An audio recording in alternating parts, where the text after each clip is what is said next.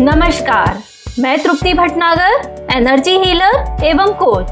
स्वागत करती हूँ आपका अपने शो हर दिन कुछ कहता है में जानने के लिए सितंबर 30 का खास पाठ। हर साल 30 सितंबर को अंतर्राष्ट्रीय अनुवाद दिवस या इंटरनेशनल ट्रांसलेशन डे मनाया जाता है। अनुवादक समाज का एक अपरिहार्य हिस्सा है और संवाद, समझ और सहयोग को सुविधाजनक बनाने, पारस्परिक विचार और स्पष्टता बनाए रखने और राष्ट्रीय या अंतर्राष्ट्रीय चर्चा में अपने विचार व्यक्त करने और उत्पादकता सुनिश्चित करने में महत्वपूर्ण भूमिका निभाते हैं।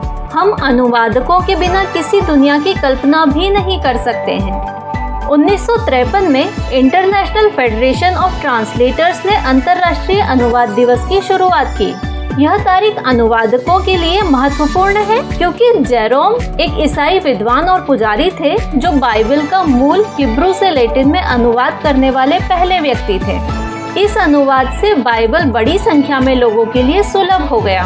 वास्तव में कुछ धार्मिक क्षेत्रों में जेरोम को अनुवादकों के संरक्षक संत के रूप में जाना जाता है।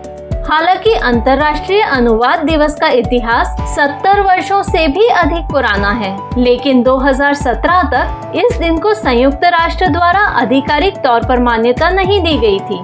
यह दिन उन अनुवादकों के काम को भी श्रद्धांजलि देता है जो भाषा की बाधाओं को तोड़कर हमारे मतभेदों को मिटाने में मदद करते हैं। अंतर्राष्ट्रीय अनुवाद दिवस इस बदलती दुनिया में सांस्कृतिक विरासत और आपसी सम्मान को बढ़ावा देने में भी मदद करता है।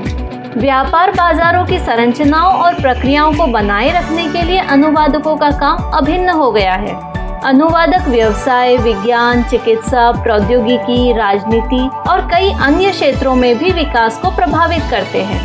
अनुवाद के क्षेत्र में प्रचुर मात्रा में उप शाखाएं शामिल हैं, जैसे किसी साहित्यिक कार्य का अनुवाद, व्यावसायिक अनुवाद, व्याख्या और शब्दावली आदि। अंतर्राष्ट्रीय अनुवाद दिवस का उद्देश्य दुनिया भर के ट्रांसलेटर्स के काम को सम्मान देना है।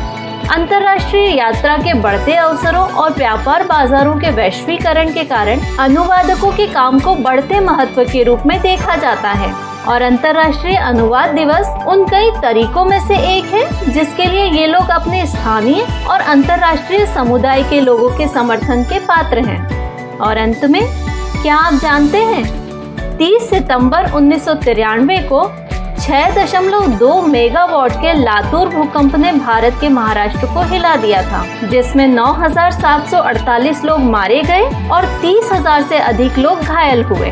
और 30 सितंबर 2003 को विश्वनाथ आनंद ने विश्व रैपिड शतरंज चैंपियनशिप जीती थी।